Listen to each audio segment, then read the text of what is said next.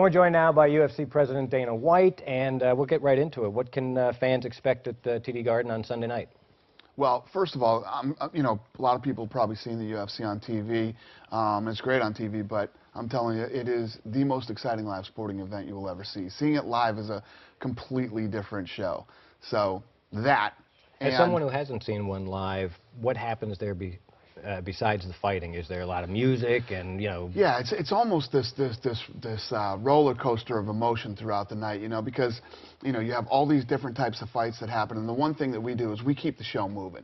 Anybody who's ever been to a boxing event knows one fight goes off and then you just sit around for a long time waiting for the next. Yeah, I've been to a few of those. Exactly. This is nonstop action all night. I mean, it's one of the reasons that the UFC has become as big and as popular as it has. We put on an incredible live show. Nobody walks out of that arena going, I don't think I ever want to see this again. It's an unbelievable show. Now, let's talk about the sport in general. And one of your biggest stars is Ronda Rousey. There was talk prior to her loss that she was being overworked at that time, and she was in the movies, and now she's hosting Saturday Night Live, and she's in another movie. So is she being overworked and pulled in different directions again? And when will one of your biggest stars fight again? Yeah, listen, I wouldn't disagree that she's been worked hard for the last 3.5 years, but that's her choice.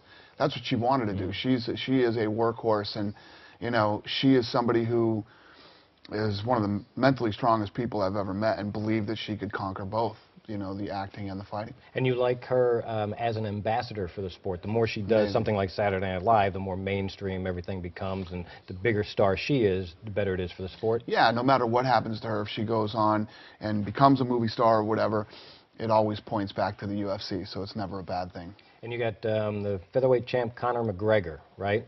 Now, he just wiped out Jose Aldo, and he does want to win another title in a different weight class. Has he earned that opportunity? Yeah, so normally, there's been guys who have won at 55 and then wanted to move up to 70, and they would vacate the belt and then move up. He actually wants to be the first one to do both. And I'm actually going to let him do that. And the reason is because the guy has done everything he said he would do since the day he set foot in here. And he would have to defend the belts twice a year, both of them, which is 4 fights a year, and I believe he will do it.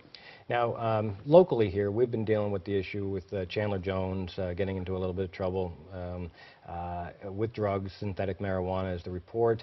And you know his brother, John? I know Chandler, too, yeah. Okay. What do you make of this story? What perspective do you bring to it? Well, Chandler has always been like the straight and narrow guy to me. Obviously I was surprised to hear that. But on the flip side, you have to remember, too, these guys are human beings, and they're young, they're rich, they're famous, and, sometimes you try something and you make a mistake. I'm hoping that this is just a one-off thing for Chandler.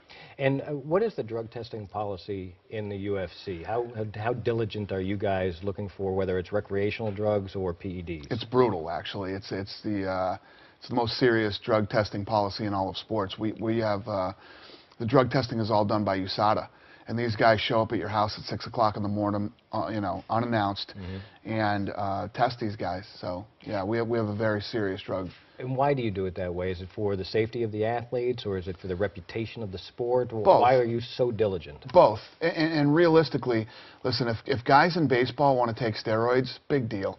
Seriously. I mean, these guys are hitting a ball with a stick. Right. No big deal. But when you have two guys that are actually, a combat sport where they get physical with each other, we're really looking for performance-enhancing drugs. That's what we're really looking for. And for the event on Sunday night, you do have the local flavor of Charles Rosa fighting. He's from Peabody. Yep. How good is he?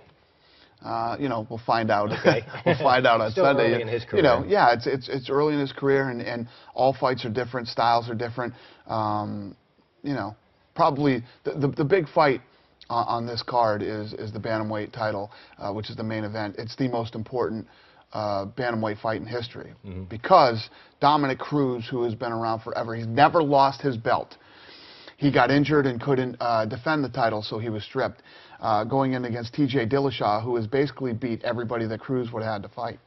So but you're not the man until you beat the man. Right. So for Dillashaw, he wants to prove that he is the true champion and take out a legend like Cruz. Cruz obviously wants to solidify his place in history as, the best bantamweight ever. And in your position, you don't root for one fighter over another. You just look for a great event. Right. We're looking for the best fight. I want a great night for the fans and the best fight possible. I'd be a liar if I didn't say that there's been times when I was rooting for somebody, But yeah, we don't choose who wins. The fighters do. They go in and they fight, and whoever wins, wins. And what has New England meant to UFC? You've had other local fighters, Kenny Florian or Joe Lauzon, if I'm pronouncing that correctly. Yeah, Joe Lauzon, yeah. And so is this a good area for your sport? It's great. Where's it biggest? First of all, personally, I'm connected to Boston, and I love it here. But second of all, this is such a massive sports town. When you really look at the country as a whole, you got places like New York, you got Chicago and Philly, but other than that, there's no real sports towns like Boston. I'll even call Boston number one. And I'll tell you, so we got Celtics game tonight. The Patriots are playing in the playoffs tomorrow. The Bruins are playing tomorrow, and the fight is on Saturday. You want to talk about a sports town, and every event is doing well. That's a pretty good weekend. Oh, it's as legit can be to call Boston the number one sports town. I did hear you on the radio earlier on Friday, and you wouldn't make a pick on the Patriots-Kansas City game. No, I'm Patriots. I know you're rooting for the Patriots, but you wouldn't make a pick. I'm scared. I'm nervous. I'm nervous for this game.